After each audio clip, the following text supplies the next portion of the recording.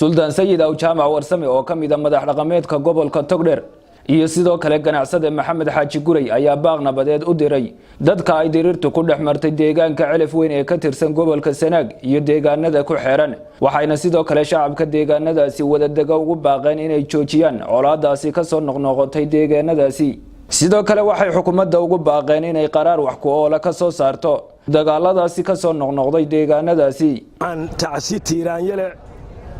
u diraya walaalaha shaqaaqadu ay ku dhaxmartay Celef Weyn area iyo meelaha kale gadisan ee ka mid ah gobolka Sanaag hagan uga bayda iyadoo dagaalka ama operation-kaasi uu soo noqnoqday uu yahay xarbul ehlina ilaahay wax laga magan galay uu yahay isagoo sidiisaba dilka baadilkii ilaahay wax laga magan galay haddana xarbul ehliga ama dagaalka sokeeyay waxaanu idiin sheegaynaa horta waa idiin ducaynaynaa ilaahay beerkiina burcad hayso mariyo maslaxad khayr qabta ilaahay hadii la dhigo waxaanu idiin sheegaynaa dawlad iyo shicib Soomaaliland iyo qeyrkeed hadii ummaduba isu timaado cid nabad idinka dhaxdhalin karta idinku heshiiya oo waxa tihiin iyo dadnimada iyo islaamnimadiina iyo jaarnimadiina iyo waxa ilaahay idin garansiyo mooyaane cidina heshiis idinka waxaan leenahay walaalayaal toobad keena oo ilaahay ka cabsada waa la dhimanayaa oo qabriga qiyaamada war ilaahay ka cabsoodo toojiya oo nabad colaada nabad ku bedela oo qoriga xabada gelinta qaaniin sida looga saarna bartamaanul leena intaas waa inta weey inta dhintana Allah u naxariisto inta bugtana ama inta dhaawacana Allah shaafiyo xukuumadana waxaan ugu baaqayaa waa ku baaqdeen in talaabo sharciye laga qaado cidii muxuu haayay dagaalkaas haddii uu istaag waayo cidda soo celcelisa kulba inta waxaan leenahay talaabo sharciye ka qaada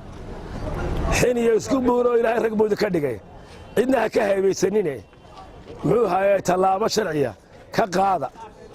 dhaxgala cidda isdhaqaashada madaxa ka toogta baan leenahay shacabka reer Soomaaliland waxaan leenahay war ilaahay dad buu naga dhigay aan fadhiga ka kacno ilaahay agtiisa muxuu haayay dhiigga islaamka qof islaamay lagu daadiyay muxuu haayay dhulka lagu daadiyay ilaahay agtiisa qiimaha uu ku leeyahay waa ogtihiin war fadhiga aan ka kacno walaaladeen aan u gurmano fadhiga aan ka kacno walaaladeen aan u gurmano waxaan leeyahay waxa ina naafeeyay cudurrada waaweyn ee halista ah ee qabyaaladu kow ka tahay xun ee tacasubka ee qurunka iyo xinka iyo xasadka iyo xaqiraada maalinka maanta maalin laga cilmi badan yahay oo haddana laga jahli badan yahay lama arag iyadoo meel walba diinti taalo ku taalo cilmigii lagu baranayo masaajidada buuxaan oo sida loo nuurayo ayaa haddana jahligii waxaynu taagnay qabla duhur islaam intii islaamnimada aanay soo daahirin ee dadkuba oo cawaanka ayaynu wali taagnay wali maalin oo ka cilmi badan jirto ilaahay muxuu haay waxaanu leenahay waa laba walaalaa labada istilaya marka hore islaamnimo walaalaysay marka xigtana waa isku guri waa laba walaalaa hooyo aaba wada dhalay waxa weeye marka islaamnimadu walaalaysay labada istilaya kadii ku soo duulay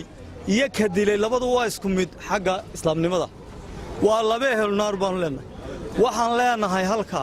waartii dabaqabad inta dambe dabaqabateeya waar toobad keena waar ilaahay ka cabsada waar u noqda ilaahay oo iska daaya waxa weeyaan laba geeriyood baa ninkaas u dhintay marka hore geeri uu dhinto deelkiisii uu ka baxay marka labaadna geeri aakhir uu dhintay oo uu seegay xaqi colaadani ayaa noqonaysa markii saddexaad ay dhacdo tan iyo intii xukuumadda cusub ee madaxweyne Muuse xukuumaduna may noqon mid ka soo saarta xal la mahadiyo Axmed Nuur Samraawi telefishinka caalamiga ee SBS magaalada Burco.